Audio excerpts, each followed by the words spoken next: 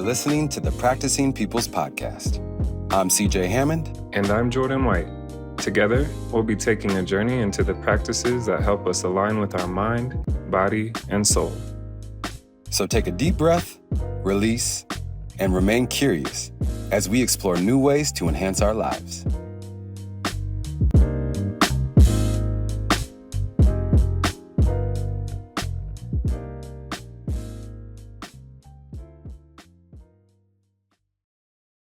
What up, everybody? We are back with another episode of Practicing People's Podcast. And today is very special for us because we get to welcome a very special guest, Christopher Ruiter, who sees the behind the scenes of what it means to be a man of value, a valuegenic leadership person who is honestly one of the coolest, calm, collected people that I've gotten to know in my life, that always has a unique perspective on any situation when we're talking about things.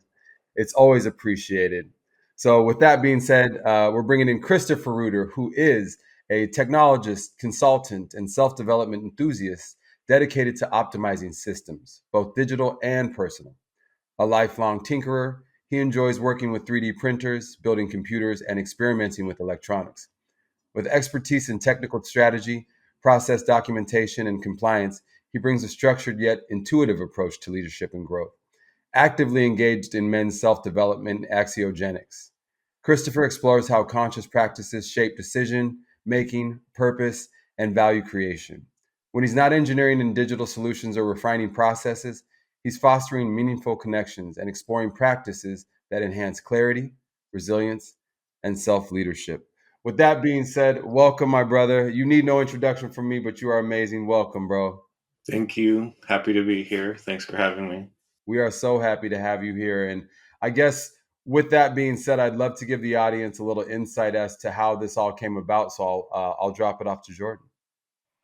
Yeah, honestly, as we were kind of preparing for this, we decided this would be a little bit different of a show today and more of a open discussion. I'm really considering, just how things are going in today's world, and how us as men are really deciding consciously how to choose and choosing to how to show up, excuse me.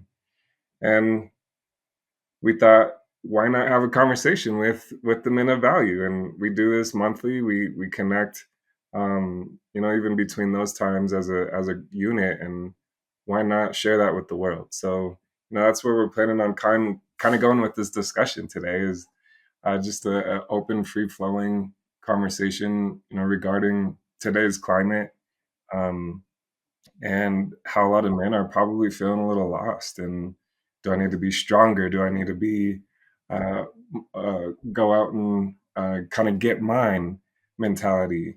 So there's probably a range that the audience can expect today. But again, just really taking this in an open format discussion.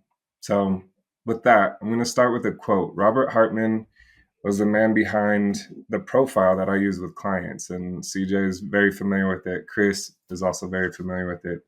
All the men of value have taken this assessment and used this to guide their thinking, right, and guide how they're showing up in the world. And one of his quotes was, the tragedy of man is that he knows how to do so many things, but he does not know what to do with himself. Right? Think about that for a second. And we've got more access to knowledge, strategies, self-improvement tactics than really ever before. And you can learn how to make money. You can learn how to build muscle. You can learn how to get women, or, men even, right? And win influence just with a few clicks, right? Like, there's so much stuff out there. But the real question that we're kind of circling is why? Like, why are men still searching? Why do many feel lost, frustrated, or empty even after checking these boxes, quote unquote boxes? And, why does the world tell us to chase power when the real thing we need is value? And that's what we believe in as the men of value. And so the answer that we commit to is It lies in how we think and how we lead and how we decide what matters. So, a little more about Robert Hartman. He spent his life studying something most people never stop to question, which is how we make value judgments. And he saw that, evil was being systemically organized in Nazi Germany, and he realized, if evil can be organized, why not good? So that's where we come in as the men of value, because let's be real. I mean, like right now, there's no shortage of people telling men what they should be. Again, like I said before, some say we need to be stronger, some say we need to be softer, some say we need to take charge, others say stand down. But what if the answer isn't in either extreme? Like it's not a this or that. What if the real challenge isn't about reclaiming power, but actually reclaiming clarity? And so, what if leading ourselves through life isn't about controlling, and even leading other people isn't about controlling others, but learning how to lead yourself first? So that's what we're really here to talk about today, because like the real freedom men are looking for, the freedom to be respected, fulfilled, and impactful. It's not about chasing validation or dominance. It's about aligning your life with what actually creates value and real value. So if we're going to build something better, it's not going to be by reacting to broken systems. It's going to be by organizing something just as strong, just as effective, and just as intentional. So I'd love for us to kind of get into it. And CJ, if you have anything to chime in there about as far as kind of the systems we're navigating currently, would love to hear, man. Uh, I think that we're sitting here on what is today, February 8th, and the election has already happened, and some of us are happy with the way the election went, and some of us aren't, and some of us are left questioning what our values are and where we lie. And I think that what you spoke to, and the part I've been having a struggle with personally, as I tend to be someone that disagrees with the way the election went, is where we're finding our value and how it's showing up for us. And I think that I've become reactionary versus knowing myself, to going through the Valuegenic program, being someone who is closer to responding to things. And similar to what you said, I echo those sentiments where I appreciate what this group is, where we have a men of value group where we can express ourselves for the greater good. So I'm excited to have this conversation today, because Chris is someone who, just like me, Jordan really runs the ship when it comes to getting the men of value group together. It was his idea first, and he started to bring, I believe, me, my friend Greg, Andrew, and then Chris was quote unquote the last to come in. But it has been beautiful. He was welcomed into the brotherhood, but it was an easy welcome in, and so I just want the world to see kind of what they can do in their own worlds, and bring in cohorts of people that they can make their own men of value group or women of value group, whatever it looks like. So I hope this conversation is a little bit of a behind the scenes of what it looks like. This conversation perhaps comes across a little bit more conversational. Chris, we welcome you as our guest, but you are our brother. So I certainly want to get to the meat and bones of it quicker. We love who and what you are, but you are so much more than just any of the things that was read in your bio. So if you could explain to me and the audience how you got into the Men of Value group. Yeah. Like he's mentioned, I was invited by Jordan, and kind of as like the last member to join this particular cohort. And it really, I think it resonates, kind of like my mentality of where I was at resonates a lot with what Jordan kind of said in his intro, is that things were like, everyone was saying certain things about how you should think, how you should, like, what values you should have, whether you're harder, whether you're softer, whether you crave connection or not. And through Axiogenics, and then through Men of Value, it gave me an opportunity to find myself and really connect with people genuinely, and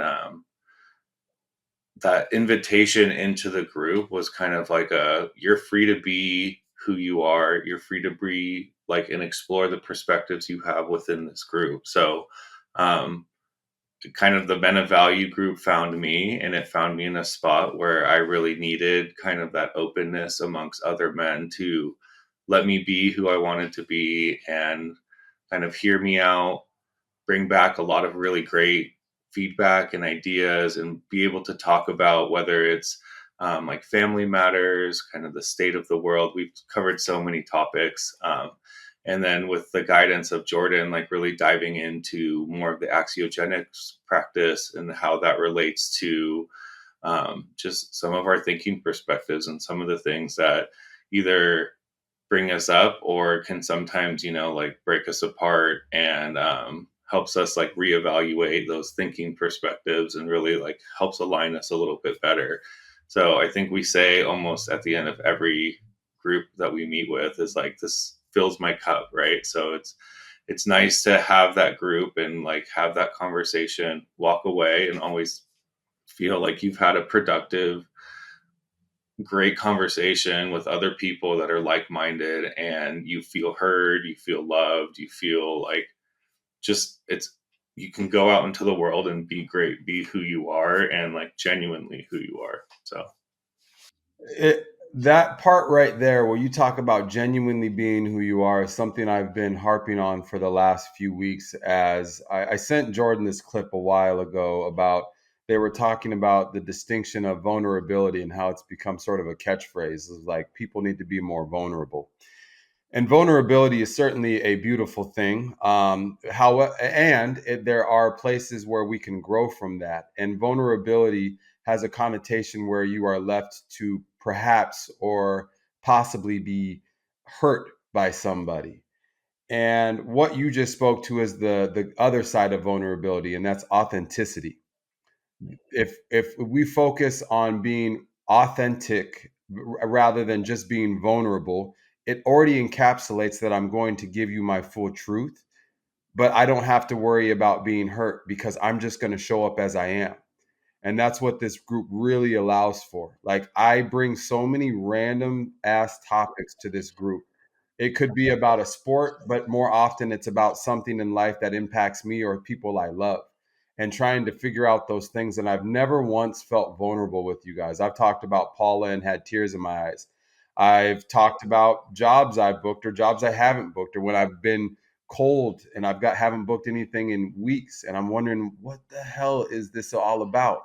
And every time I leave this group, I love it because I've brought you an authentically really grounded part of myself that was able to express myself, rather than feeling like I'm sort of coming in, not whimpering, but being like, I don't know. I'm like, I'm struggling, guys. I'm hurting. Or I love Paula. I could scream to the rooftops. And every time it's received with the most earnest, honest reception. And that right there is what I'm curious how many men feel like they can do that. I think a lot of men are worried about being vulnerable for the fear of looking silly, foolish for expressing themselves. When if they were truly honest, I want to get down to the authentic nature of our friendship. I would much rather not talk about how the Denver Nuggets are doing, and I'd rather know how you're doing. I'd rather know how you're doing. And that's the part that you're speaking about, that authenticity that this group really offers. And again, I give a lot of credit to Jordan for allowing this group to be structured that way. It's a group that allows for you to not worry about a damn thing and just show up.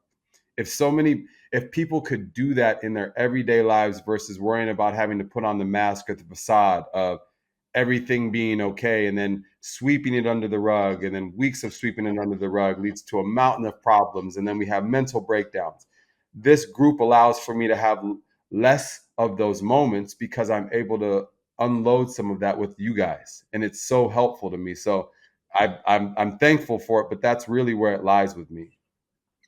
yeah, and I think a lot of the times, like you said, you show up kind of how you are in the day, right?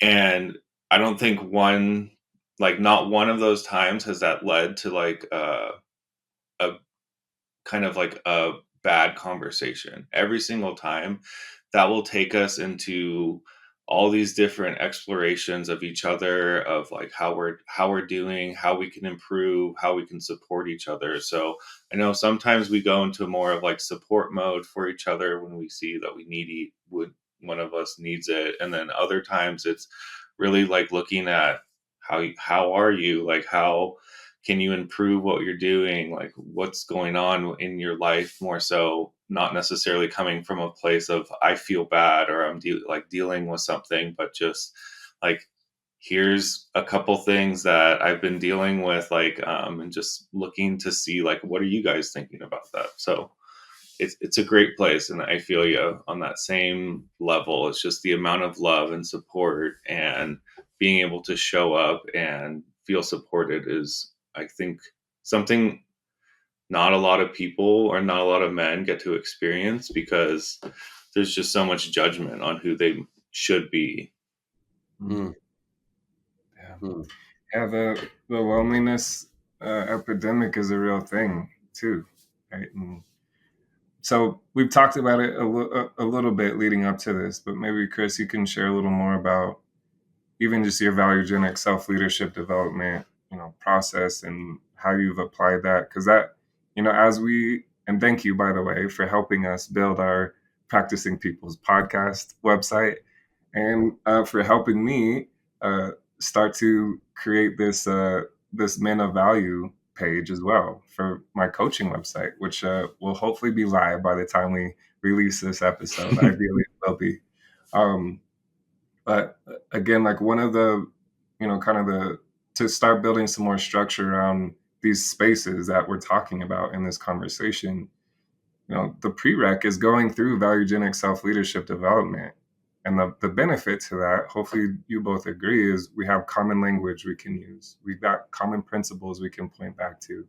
We've got a bigger purpose, kind of like in the monologue a little bit, like so many men and people in general, right, are just walking around without clear purpose and intentionality. So we definitely bring that to each conversation. So Chris, if you don't mind sharing a little bit about your VSLD Valuegenic Self-Leadership Development, journey, and what that's what that's done for you, or how that's influenced kind of how you're showing up in everyday life. Yeah. I mean, I'll start by saying that it's majorly influenced how I show up every day in life. But I think I mentioned it before, is that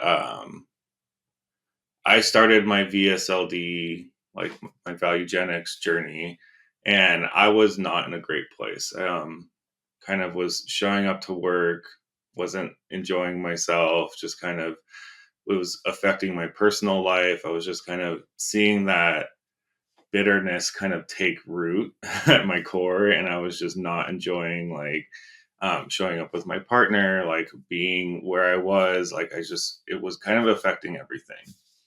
um and even one of my main goals the first time I did the course and program was to find another job, because that really felt like the most important thing, was just to kind of uproot myself and change everything.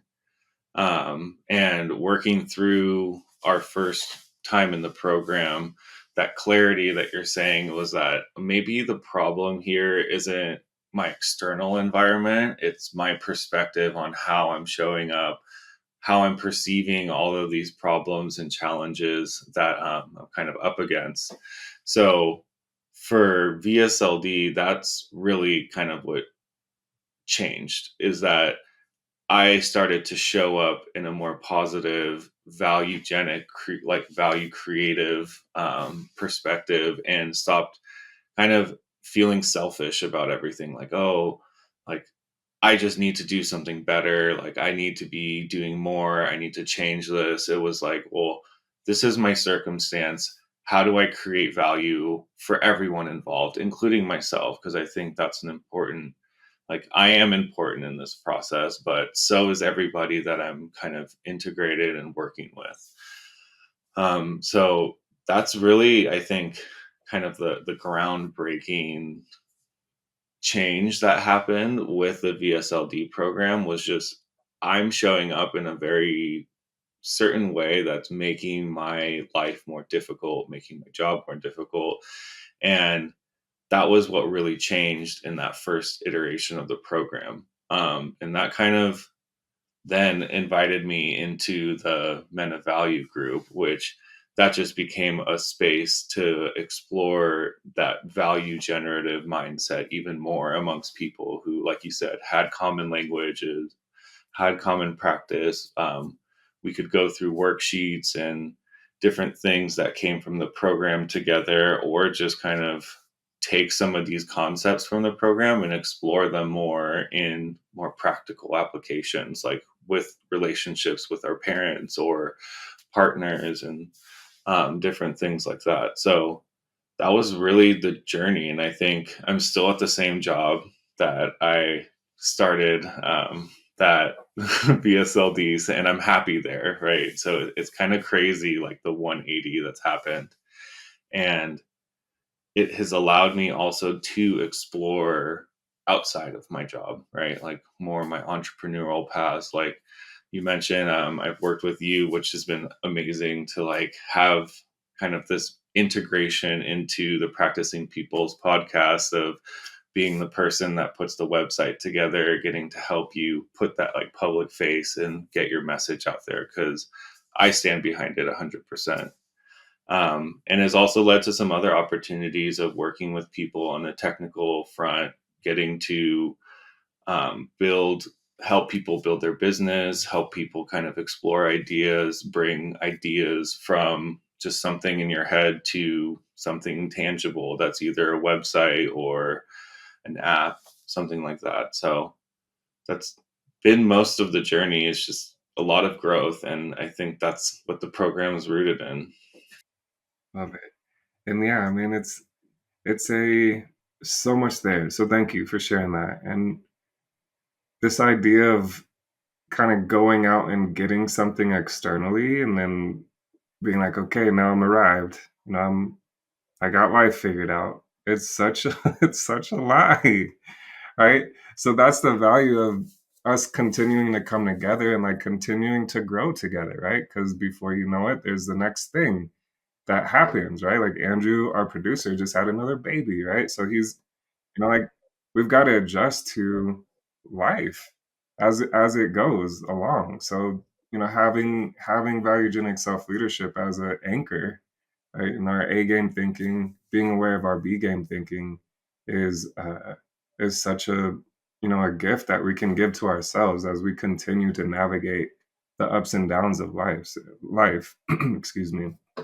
So I just want to honor you, Chris, for committing to this work the way that you have, and I love how you kind of wrapped it up there. It's like I'm still at the same job, and guess what? It just took me thinking about it a little differently to find the value in it, not only for me, but how I'm starting to even create some more value in the workplace and get additional opportunities that are starting to open up. So it's that we become a magnet for more valuegenic, things to come into our life when we are consciously going out and trying to create value, and that's what this is all about. So, over to you, CJ. If No, I mean, I think that when I heard that, I was thinking if the magnet is outside of source, you're always getting pulled to something. If it's always yeah, external, you're always going to get pulled to something. If my magnet is coming and stemming from the inside, heart source, that love source, everything is attracted to. It's really not pulled. It's just it's a radiant essence. And there was something you both talked about, which is the external. There's not an ounce of material that can ever change your true state, and it's proven by science that we've spoken about this before, but hedonic adaptation. If someone they've done this on studies for people who have won the lotto, it doesn't change their happiness overall. You might see a spike, just as if you had some sugar in your system. You might see a spike in that for a day, a month, a year, but eventually you're going to go back to your natural state. So if your inside was in a very distraught place before winning the lotto and you got this money thinking it would change you and make you happier, it's going to probably be that much of a harder change to come back to realize everything that I thought this was about, and I'm still not happy. I'm still chasing after this elusive happiness. And I think that that's really, we have really done a good job of, that's the American way to me is commodifying any and everything we possibly can because it needs to make a dollar. And we have now commodified happiness. And now it seems to me that the goal of most people in America, or we think the goal of life is happiness.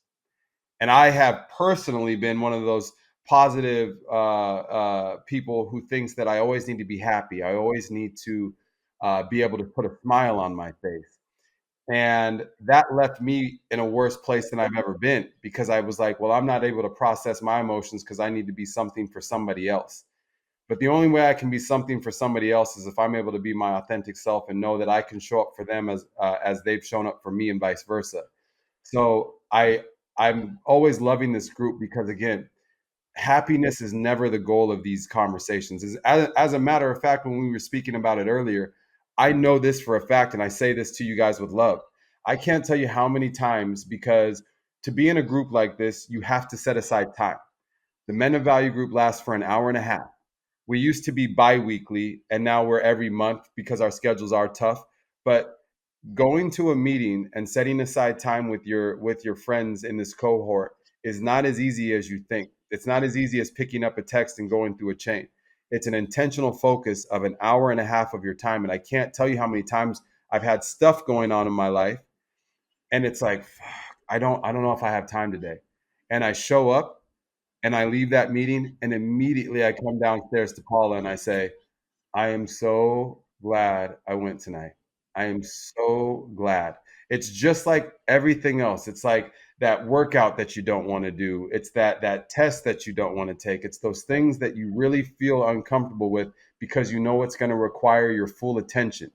And in this day and age where we are constantly pulled by every ounce of social media, every news headline, to remain focused and intentioned on both the highlights and the lowlights is very important.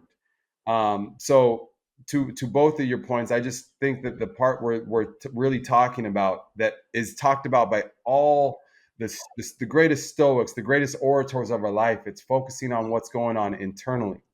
I can be mad at Jordan. I can be mad at Chris. I can be mad at Andrew.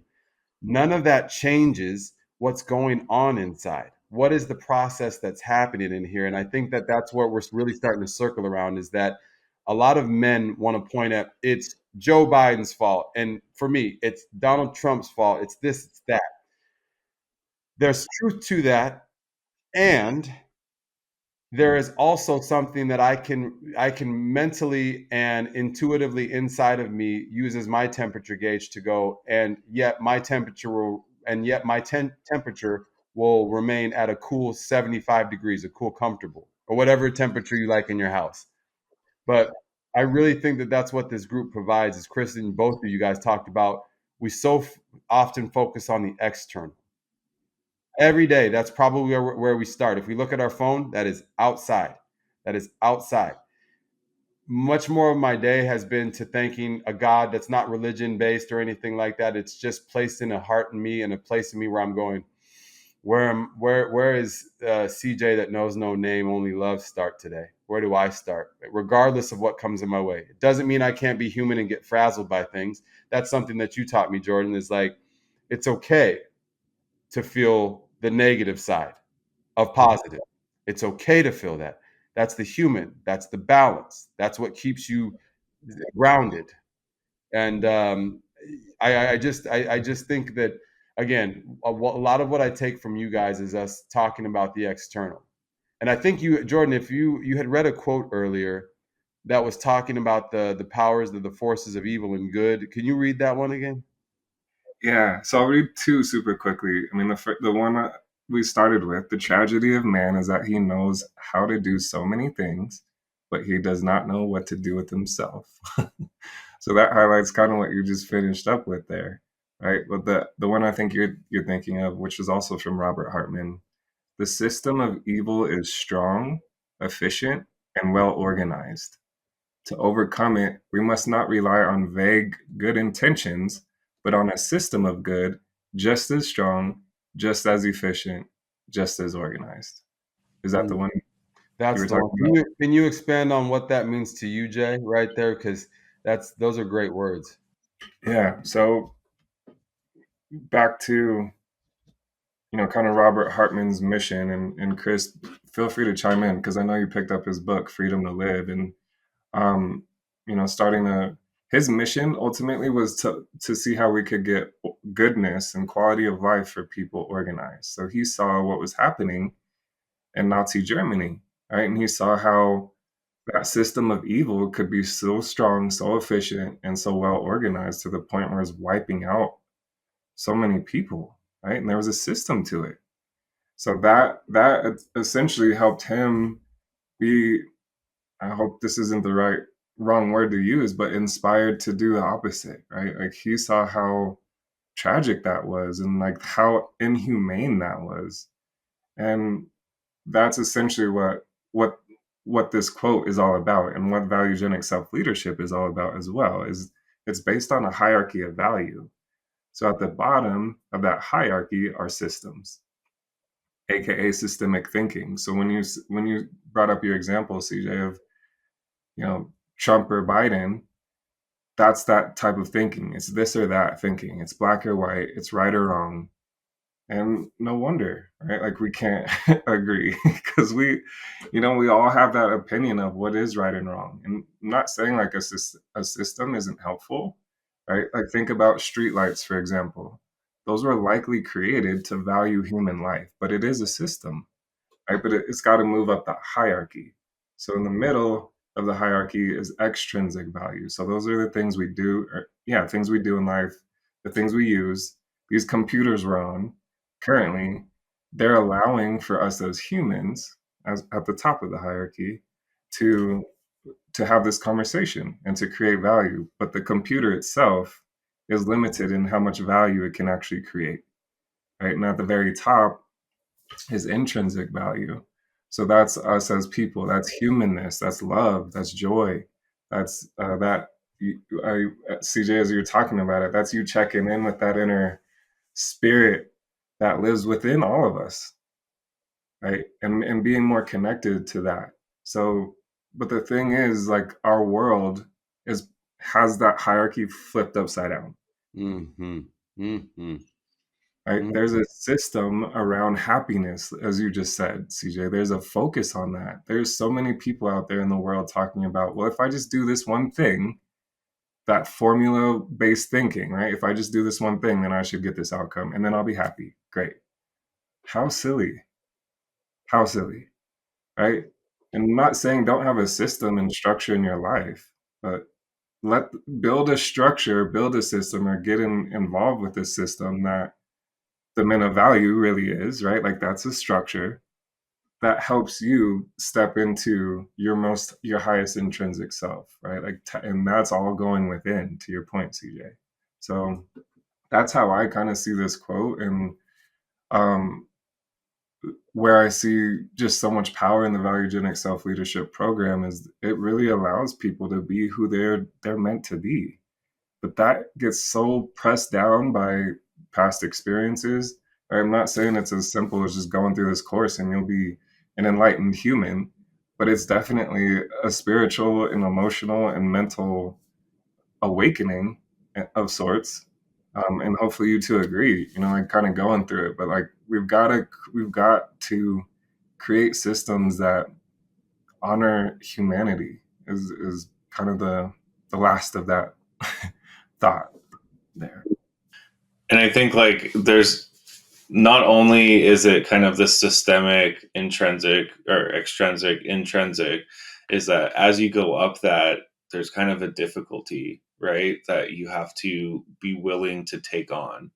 Like it's easy to get the newest laptop, or like I'm sure everyone's kind of fallen into this mentality of if I just get this laptop, I'll be able to make a podcast, be able to write this book or whatever you're kind of like looking to take on. But there's this hard work that you need to put in. So like you have the tools, but the hard work comes in with how you apply them. And I think in axiogenics and VSLD, they say that it's like you have to be willing to do the work. You have to be willing to put in that effort. And kind of speaking to what CJ said, is that picking up your phone and checking in on social media, that's easy, right? Like those are those dopamine rushes that you get with like seeing certain things that either trigger you in a positive way or a negative way. But then the difficult thing is stepping back and it's like, what is this really? How do I feel about this? Digesting it. And it's like, this is a tool that's meant to help me connect with people. Is going and checking social media and being triggered about somebody's political view, is that helping me connect? And I think CJ, just recently we talked about like, how do you deal with somebody that you don't necessarily connect with on like a political aspect? Like you both are still human, and that's like seeking out that intrinsic value of like, how do you get that connection? It's like, how do you start doing that hard work to maintain a connection and see and humanize and connect with people to get to that higher value of love, connection, and take away kind of the tools that maybe enable that.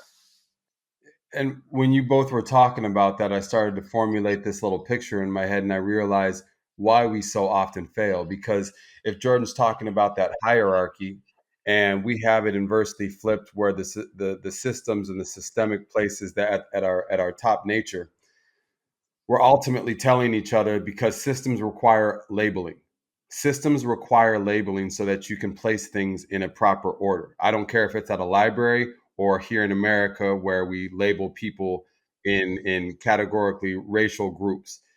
That that ultimately is trying to serve a purpose of something, whether it be good or bad. I think in the case of a library, it's fantastic because it can help you to order things and find things. When it comes time to take something that is a human that doesn't get to decide what race, religion, or you can decide religion, but where how they show up in this world, they're born where they're born, and things to place people in a systemic chart like that, it's not very helpful. And I'm oftentimes, if I'm talking about specifically things like politics, a lot of the time as I listen to what you guys are saying, I'm running into the external, the extrinsic, the systematic formulas, rather than really where I want to be, in the heart to heart space of the intrinsic. Where ultimately, I think that a lot of people want the same thing for their families, for themselves. It's safety, it's security, it's knowing that they're going to be okay in this world. And I think a lot of times for me, my thing is I can't be okay unless you're okay. And I love that view. I love that view because I care about my fellow human, but I'm trying to argue that point through a systemic lens. And that's where the disconnect happens, is as I'm talking this through with you guys. I'm trying to talk to you about the intrinsic nature of the human, but we're talking about it through a systemic lens of policy and things like that. I don't care if it was Trump that said this, or if it was the guy from the corner store. That doesn't ring with me, but I'm attacking it through a systemic lens when I should be attacking, or I another choice for me would be to reach it through an intrinsic level. Whew. I mean, this is kind of at the essence of self leadership, right? Is being guided by that North Star that you both know. The question, the central question, we've talked about it. There's even an episode on it. But what choice can I make and action can I take in this moment to create the greatest net value? And as Chris talked about earlier, you're included in that. So this isn't a back down, like create value for the dude at the corner store, or my wife, or my partner. It's not, or my boss, right? Like, it's not what can I do right now that's going to create the most value for them.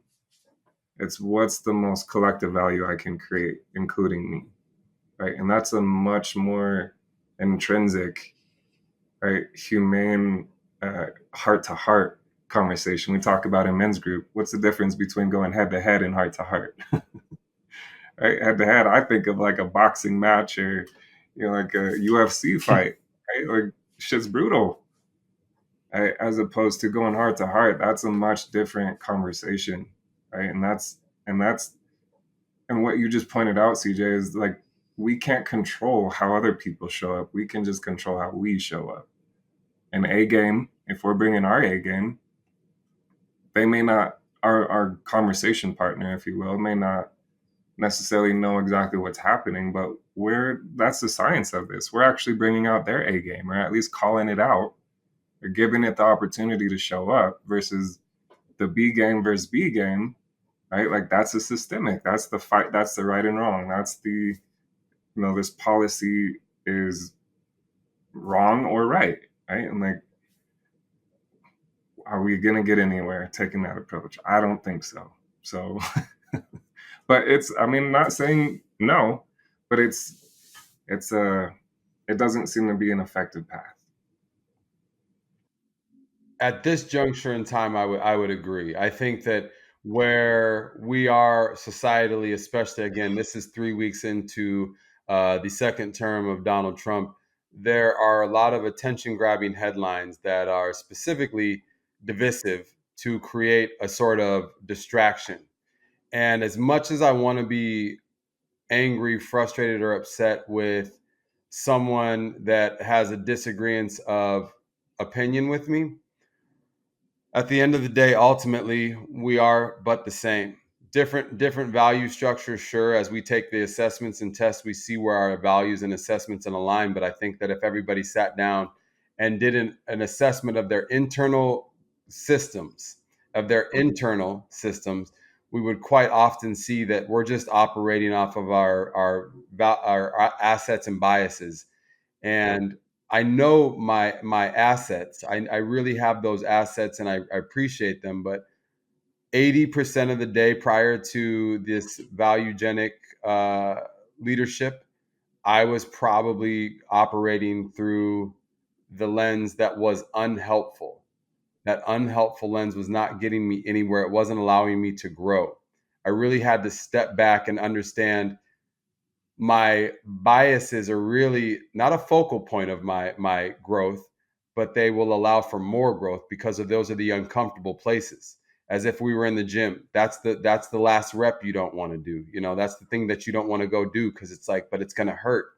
Go to your biases, understand what they are. I think a lot of us are afraid of them because we've been taught that perfection is the place to be. So focus on your assets. The way you're going to grow and become a better human, the reason why Chris joined this group and I joined this group was to focus on the unsavory parts that we knew were limiting our beliefs. My belief in myself is hampered by my biases. Yeah, and like through the program, so many times we've talked about like name it to tame it, right? Is that Mhm. focusing on your biases isn't necessarily the goal, but it's important to do so that you can recognize some of those patterns and start making meaningful changes. So, Yeah. and I think, like you said, about just how you show up and kind of like this perspective that you sometimes put on other people that is very systemic. I mean, underneath all that, we're all human. Like, we all want to connect, we all want love, we all want to have that like conversation that's deep and meaningful. So how do we do that hard work and kind of take away that layer and use the tools that we have, right? Like our laptops or our thinking biases and our thinking perspectives and assets. How do we use these tools to get to that conversation is, I think, what really axiogenics and like the men of value is something that every time we engage in it is what we're trying to do. Mm-hmm. Yeah. Well said, Chris. I think even the other day when you chimed in too, you had mentioned, um, hopefully it's okay with me taking us here, but yeah, like a conversation you were having within your friend group, right? Where there's maybe some opposing ideas on how our political landscape is currently, and you consciously took an approach um, that shifted the direction a little bit. Am I kind of capturing that as you Yeah. explained it? Yeah. Yeah. And I mean, it's something that CJ and Jordan, like you guys have totally inspired in me of like, be curious, be compassionate, like lead with questions, like don't necessarily, and I've mentioned this a lot recently because it's something that's really, I'm like not grappling with, but trying to internalize, just because I see so much power in this mentality of pulling versus pushing, right? Is like, don't force your opinions on people, don't force like your systems on people, but invite them, just like you mentioned, like invite them into like their A game by showing your A game of like being curious, being empathetic, going with your assets. So it's something that, like, in that conversation, I think I took a step back of, hey, let's not necessarily try and label this person as like having this mentality or being on this camp, right? Like these systemic kind of things. But what do you think? Like, how does this affect you? What are you feeling right now about this? And inviting them to explore that, because that's what matters to me. It's not necessarily if you think something, but it's like, how does that make you feel? And that can lead to a lot more productive conversations.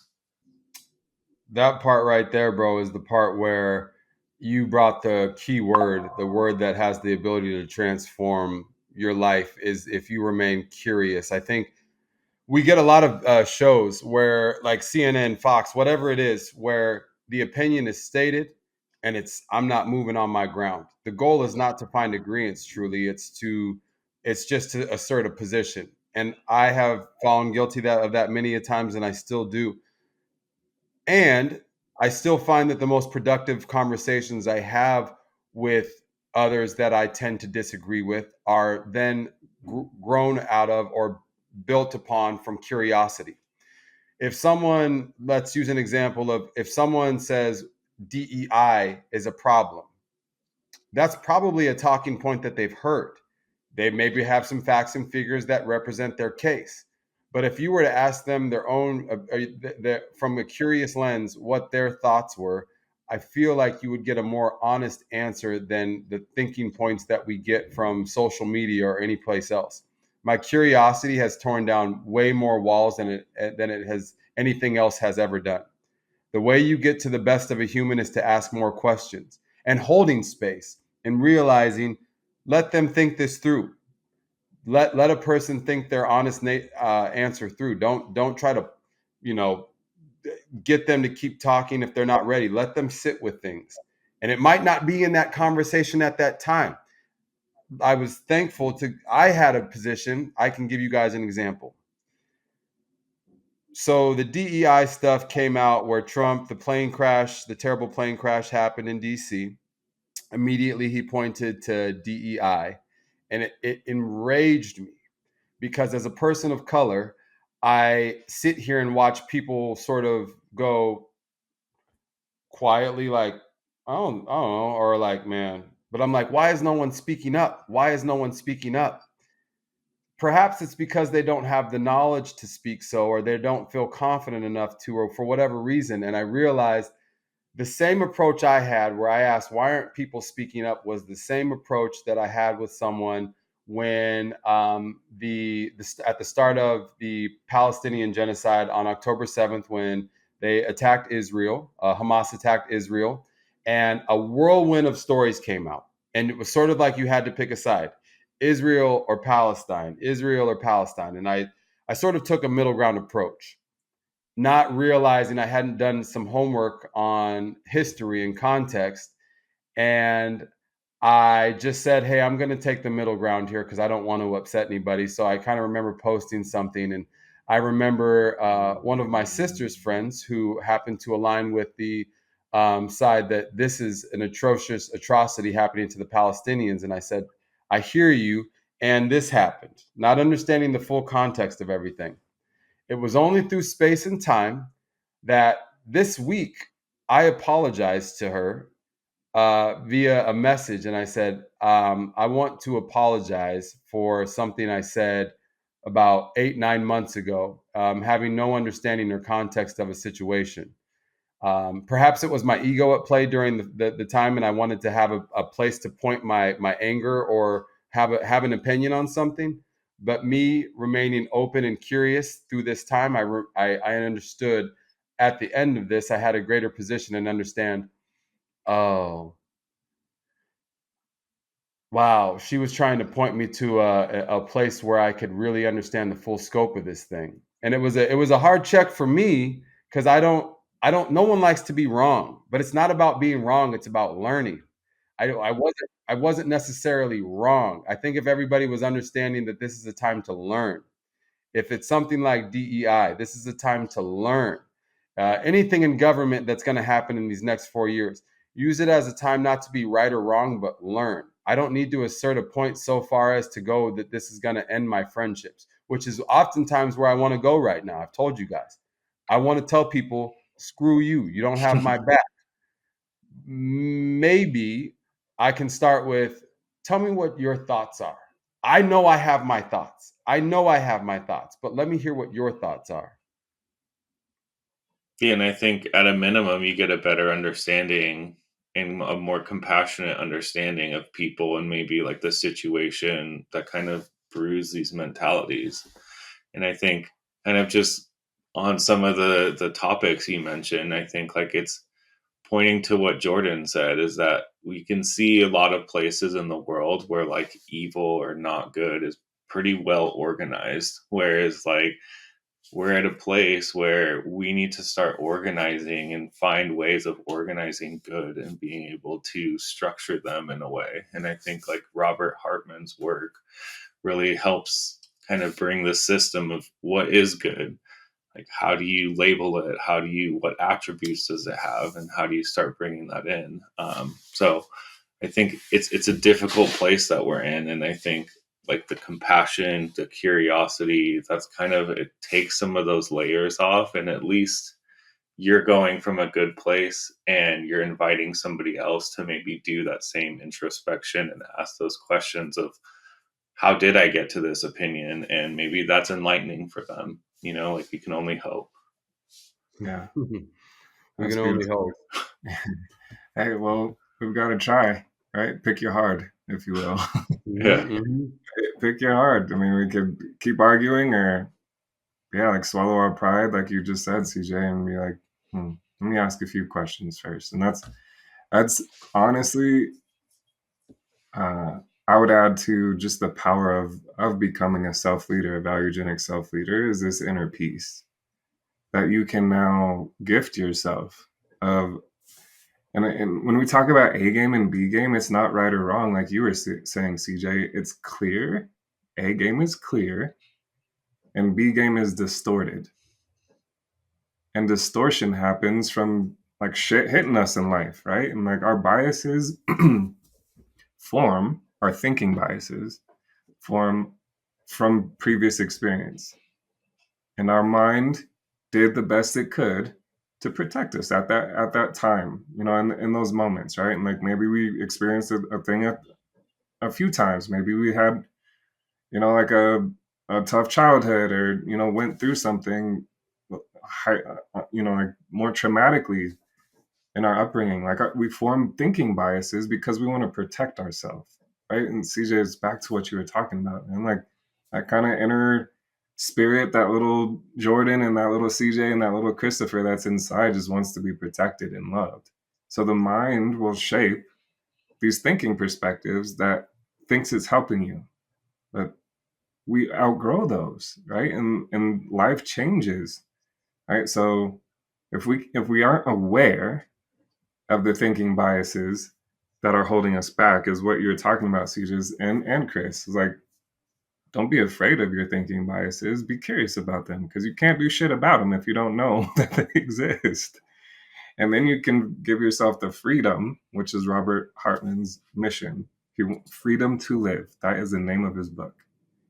He wants people to be free, right? Free from their disruptive thinking, free from the pain of what that thinking can create, right, in our relationships and leadership positions in the world, on a greater plane there. So yeah, it's uh, I don't want to come off in this conversation as like just another woke thing, right? Like it's more so be awoke, right? And be awake to your thinking perspectives, and be willing enough to not be so uh, habitual and clap back, because it's not as helpful as opposed to just having a curious response. And by being curious, by the way, it doesn't mean that you have to take on that other person's opinion or adopt that for yourself. Right? 9 times out of 10 is what I love so much about coaching is when you ask an open question, that means you're open to how whatever response may come up. And that's inner strength, right? I can be okay with what comes back. But when you ask an open question, 9 times out of 10, that person that's receiving the question is going to gain some more awareness about their own thinking. Right? They're going to hear themselves say it out loud, maybe a little bit differently, and be like, "Oh shit! Like maybe I don't necessarily think it's all of that, right?" Or right. So it opens up the dialogue. Go ahead, CJ. It's two layers that you were just speaking of. It's if I'm going to ask an open-ended question, I need to hear an open-ended answer and not have an expectation of what that answer needs to sound like or be ready to um, go in on their answer then too. Let me find something. Let me find an example. So if someone has a position where they are against, let's say, the rights of transgender people, and they give me their honest answer, I can't then give them my opinion, or I could. I think we're already in battle mode then. We're in head to head. The next option could be, since I've asked them open-endedly, where did you develop your thoughts on this? Or another open-ended question. And then another open-ended question. And then another one. Give yourself like 10 open-ended questions before you ever think to assert your position on something. Because it allows a person to rationalize or find out that their rationalization isn't solidified. It's an opinion based around fears that maybe or really aren't true. So in hearing this, it's giving me a position to remember I'm a person I'll start the question first. I'll give you an open-ended question, thinking right and wrong in terms like that, and I'll be like, this person's crazy because I'm about to tell you how it really is. If you got a problem with black people, here's what's really going down. They gave me their honest answer. They gave me their open-ended answer. Maybe another question after that of where did that come from? Where does that belief come from, or where did you hear that? And what does that mean to you? And how does that make you feel? And if that was you, how would you feel? Those kind of questions for anybody that's listening, as I'm going through this myself in real time, if you're struggling like I am, might be more beneficial to us to save our sanity and ultimately create peace and a greater friendship or kinship with those people that we see difference of opinion with. Yeah. Yeah. I often say questions move minds, right? And there's an art form to even asking questions, kind of what you're talking about there, CJ. And I think this is what happened even in your group text, Chris, of you asked a more open question as opposed to, well, don't you think that it's that this XYZ, blah, blah, blah, like essentially putting your opinion in the form of a question. And that can be unhelpful too, like thinking about even Paula, CJ, or Heather, my wife, like comes to me and expresses a challenge that maybe they're going through. Well, have you tried XYZ or blah blah blah? Putting my big fancy solution in the form of a question. As opposed to just like, well, how are you? Like, how's this going for you? How can I be helpful? What is it you need? Mm. Like, those are all open questions, and it creates opportunity for a little more connection to happen, right? And we're not saying we're on the mission. Well, I don't want to speak on everyone's behalf. I'm on a mission to create some world peace. If I can Mm. play a part, that's what I want to do. But like, we're not saying like this will just resolve all challenges, but it's a step forward, right? Seeking some type of common ground is going to start with questions, not And to your here's how point, things need to be. listening. That just like what you have, that the gift that I think that Chris knows this too. It's not just being able to ask the question. It's being able to listen and be ready to receive without the response necessary. Your response, if you're truly in touch with that conversation, will come to you if it needs to. And so often when we ask our question, we're already ready with an answer. Like if we're going to ask these open-ended questions, all of us in this group, let us have our ears be ready to receive any and all answers that come our way. Really open up our ears to those answers in each question. I think that's that, if I think about me and Paula, it's the like, how great am I listening? How well am I really listening? And I would challenge all of us in this group and anybody listening to not only to continue to ask more open-ended questions with curiosity at the forefront, but really genuinely be there to listen to the answers, genuinely earnestly be. And I'm telling you right now, it's really hard to do that because we're not trained to do that. We are not a culture that's trained to listen. We're looking for sound bites. We're looking for the quick clip. So really intently focus on the listening. Yeah, and like Amen. focusing on not being reactionary. That's so important. I think you both kind of, it's something that like you said, Jordan has a knack for that. Like when Jordan asks you questions and he listens, like you feel yourself in your explanation kind of like get to that solution on your own where you're like, oh wait, I see how maybe I'm doing this to myself, or like here's my solution. I think it's why you're such a good coach and everything. So, but yeah, being open and receptive, I think that's one of the like greatest things that you can do, and with open-ended questions and never really allowing yourself to kind of close in and get to that place where you're asking leading questions. Like just keep it open, keep listening. Mm-hmm. Yeah. CJ, I'm thinking about our conversation with Ndume, and he I think wrapped up that conversation with something along the lines of, if you have a closed fist, right, you're not going to be able to receive anything. Mm-hmm. You're holding on to your opinions, and if you're holding on to what's right and wrong, so with this death grip, how are you going to even receive anything? Right? And like more so, kind of just full human experience wise, if we're more open to the conversations, right, and like to um, understanding that every single person is one of one and has life experiences that have shaped their philosophies and their value system. Like if we can be open to that, then that opens up the door, right, for some more productive dialogue, some more productive conversations to happen. No one wants to hear what's right and wrong about them. But when's the last time someone's asked, like, how's that going for you?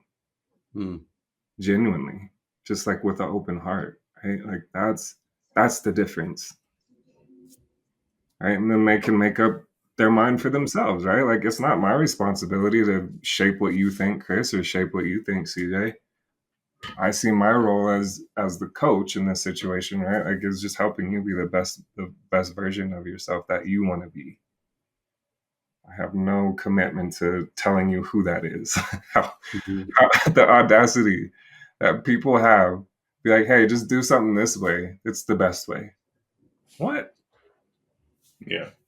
Well, look to your as we wrap up. I want to make sure that that's the craziest thing of all right now is what Jordan's speaking to. Be aware of how many people are telling you to do things right now, and to like listen to that. Their way is the way. Your way is the way, but through curious and truly loving introspection. Find friends, find a community that allows you to be open, asks you questions that find greater answers within yourself. If you find that in your life far more people are telling you what to do or how to think, find a group that allows you to find ways to think in greater, more expansive ways than just black, white, yes, no, right, wrong. This group allows me to find ways to say, yeah, Jordan, oh, oh, Chris, I never thought about that's really good. That's your group. That is your tribe. They are going to help you grow. That is why these these wonderful men. They're far more than men, though. They are light sources. They are love. That is why they are so crucial to my life. And if there's anything that I can urge people to do that listen today, it is to find a group that allows you to be, I guess I'm telling people what to do. To perhaps look into finding a group that allows you to be more expansive in any and all ways. Yeah, and kind of we're fortunate because we have each other, we have the Men of Value group, and we ask those questions to each other. So like when Jordan says, when's the last time somebody asked you, how do you feel about this? Like I've said, like last night, right? Like when we met in the Men of Value group, like every time I have the conversation or a conversation with either one of you, you guys bring that energy into my life. So it's inspired me to do the same. So I would say, to your point, like find that group that can do that. Otherwise, like foster that, be that person that asks that to your friends, to your family, to the people you love, because that'll help bring them up to their A game and maybe like start showing up for you and asking you how you feel. Like that's the hope and the goal. Yeah. Beautifully said, Chris. And I know we're kind of wrapping this up quickly, but I just want to thank you for joining us today. And one of the last quotes by Robert Hartman: "Life is not a problem to be solved, but a reality to be experienced and developed." Right. One of the first things we do in the self-leadership program is accountability as a skill. What's our ability to take into account the reality? What do we need to do to be at peace with that? Because without that, we can't move forward. Right? It's going to be tough too, in a more valuegenic way, in a more productive way, in a more men of value way. So so grateful for both of you. I love you both with all my heart. Andrew, you too, man, on the back end, recording and producing. And of course, brother Greg, in our OG men's group Men of Value group. And please know something's being built. So we want to create this opportunity for men who are listening to this and who may find value in something like this. And it's not a right or wrong thing. It's a choice of where do you want to go, right? And like, what do you want to commit to, and what's the community you want to subscribe to? So with that said, peace and love to both of you and to the listeners, and we'll check in next time. Love y'all. Love you guys. Bye. Thank you for joining us today on the Practicing People's podcast. We hope you found our conversation inspiring and thought-provoking. We appreciate your support and passion for personal growth and self-improvement. To help build the Practicing People's community, please follow us on Instagram at Practicing People's Podcast for updates, behind-the-scenes content, and engaging discussions.